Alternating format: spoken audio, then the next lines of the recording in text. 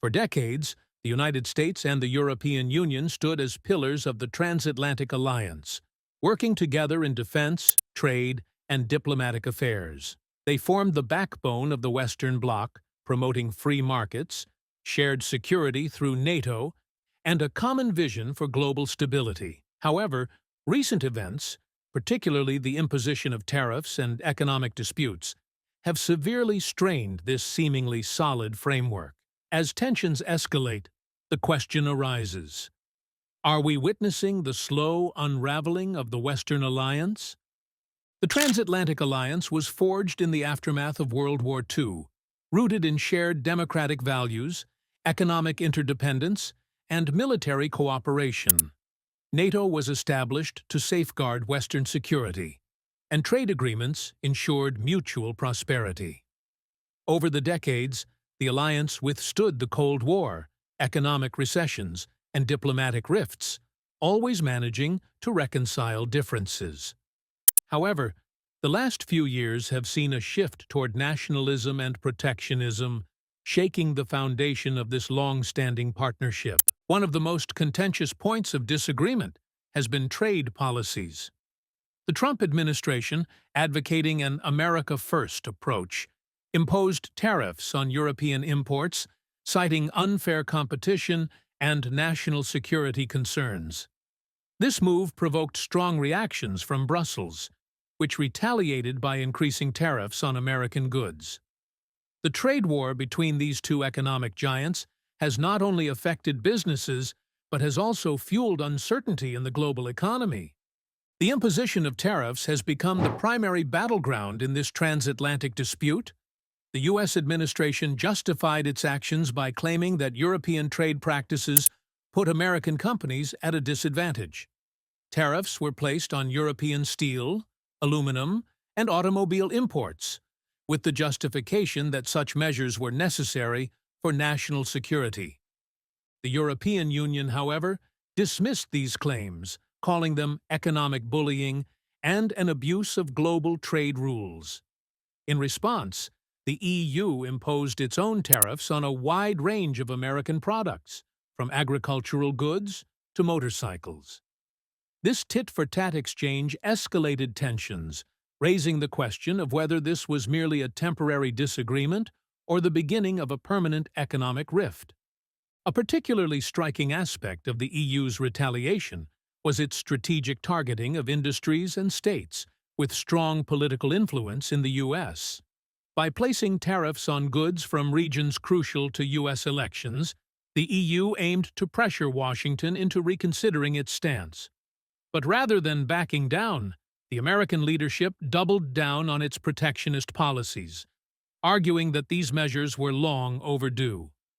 The economic dispute has broader political implications. The transatlantic alliance was built on mutual trust and cooperation. However, as the trade war deepens, trust between the U.S. and Europe is eroding. The European press openly questions why the U.S. is treating its allies as economic adversaries, while American media accuses Europe of exploiting U.S. economic generosity for decades. The strain is beginning to show in diplomatic relations. European leaders have voiced concerns over the reliability of the U.S. as a partner, leading to discussions about increased European defense autonomy. The EU has already begun exploring alternatives, such as strengthening its military capabilities and seeking closer ties with other global players like China and Russia. NATO, the cornerstone of Western security, is also at risk of being affected. While military cooperation continues, economic disputes create an atmosphere of distrust.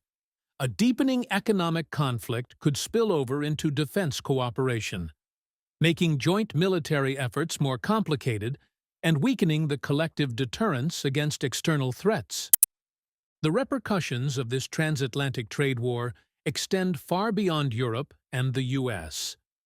The global economy, already struggling with inflation, supply chain disruptions, and geopolitical uncertainty, faces further instability. Industries reliant on transatlantic trade, from automobile manufacturers to agricultural exporters are feeling the strain. The automobile industry is one of the hardest hit. Germany's automotive giants, which have extensive manufacturing operations in the U.S., now face an uncertain future. The imposition of U.S. tariffs on European cars threatens thousands of jobs on both sides of the Atlantic. The steel and aluminum sectors are experiencing similar distress, with increased production costs leading to higher prices for consumers. This shift towards economic nationalism could mark the end of the era of globalization as we know it. The EU and US, once champions of free trade, are now setting a precedent for protectionist policies. As tariffs and counter-tariffs become the norm, the global trading system faces the risk of fragmentation. The World Trade Organization, WTO, meant to arbitrate trade disputes, has been sidelined, further weakening global economic governance. While the US and EU engage in economic skirmishes, China and Russia stand to benefit. China, a major global economic player, continues to expand its influence, offering an alternative to countries disillusioned with Western economic disputes. European companies, feeling the squeeze of US tariffs, may turn to China as a more stable trading partner. Similarly, Russia sees the fragmentation of the Western alliance as an opportunity. For years, Moscow has sought to exploit divisions within NATO and the EU. If economic disputes weaken transatlantic ties, Russia could gain leverage in global diplomacy, particularly in energy and security matters. Despite the deepening crisis, there are possible solutions. Diplomacy remains the most viable path forward. High-level negotiations between Washington and Brussels could lead to a compromise that benefits both parties. Possible solutions include revising existing trade agreements, establishing clearer rules on subsidies and tariffs, and strengthening economic cooperation through multilateral institutions.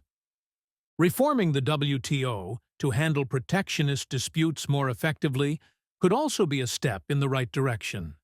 Both the US and the EU would benefit from a stronger global trade governance system that ensures fair competition without resorting to economic warfare. However, political will is essential. The rise of populism in both the US and Europe makes compromise more difficult.